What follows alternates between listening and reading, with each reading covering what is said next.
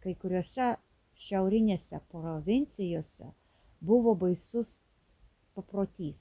Kai mirdavo jauna mergina, nespėjusi ištekėti, ją aprengdavo vestuvinė suknelė, ji tapdavo mirties nuotaka, sniegas tai jos šarvas, ledinė mergaitė tai mirusioji, kurią tėvai bando prikelti savo beprotišką meilę ir ilgesio jausmu ir iš šalto sniego lipdo gyvenimo atvaizdą, bet gamtos dėsniai yra negailestingi.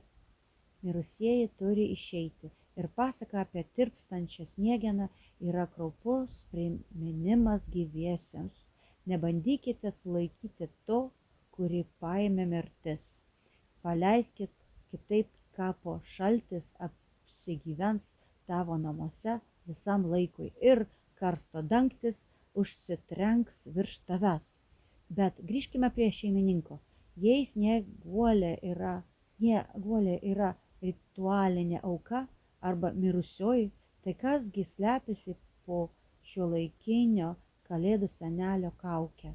Mes jau kalbėjome apie Karačiūną, bet šis galvosūkis būtų neišsprendžiamas be antrojo atraditų šviesaus elemento, to paties, kuris kalėdų seneliui davė šventojo Nikolajaus vardą vakarietiškoje tradicijoje – Santa Klauso. Atrodytų štai ji, šviesa tunelio gale, Nikolajaus stebukladarys, realus istorinis personažas, vyskupas iš Mirų Likijos miesto, geras krikščionis, vargšų gynėjas, vaikų globėjas. Jis tikrai neturi nieko bendro su lediniais demonais, žmonėmis ant eglutės ir aukomis. Neskubėkite iškvėpti tikroji šventojo Nikolajaus istorija. Jei pasikapstysite viduramžių tekstuose, rasite epizodų, nuo kurių plaukai stovi piestu, ne mažiau nei nuo pagoniškų mitų. Tuo metu šventųjų gyvenimai yra tikras viduramžių siaubas.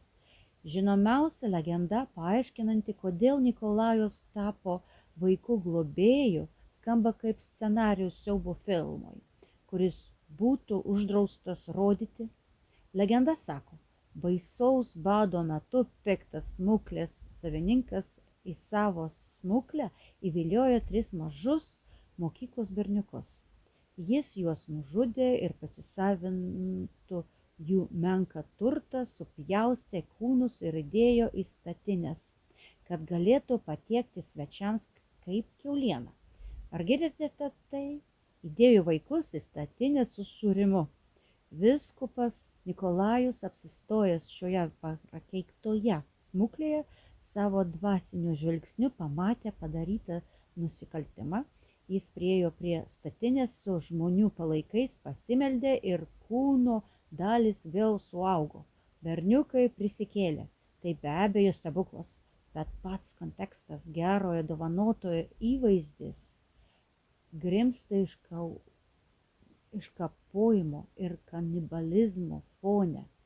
Nikolajus gelbsti vaikus nuo šiurpios mirties. Bet pati mirtis, pats blogis visada vaikšto kažkur šalia, jo įvaizdžių kvėpuoja jam į nugarą. Liaudės sąmonėje šie 2 galingiausi archetipai susiduria kaip 2 ledkalniai. Vienoje pusėje ledinis žudikas, Karačiūnas arba Morozas, reikalaujantis aukų ir žudantis žvilgsniu. Kita vertus griežtas, bet teisingas Nikolajus prikelia mirusiusius iš statinių. Jie susiliejo į vieną pabaisą. Slavų tautosakoje Morozas Ivanovičius nėra piktas ir negailestingas. Jis stichinis. Jei laikysitės taisyklių, jis apdovanos jūs auksu ir sidabru, kurie, beje, tautosakoje dažnai siejami su kapų turtais, mirusių lobiais.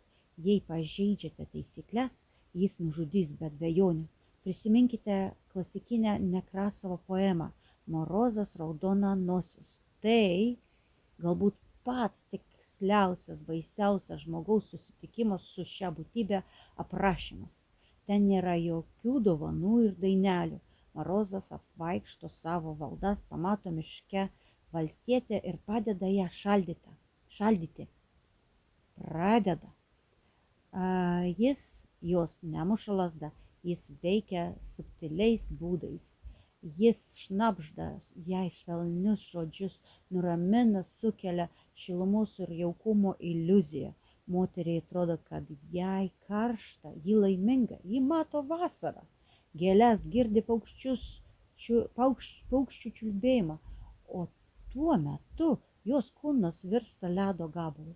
Tai kliniškai tikslus paskutinės hipotermijos stadijos aprašymas.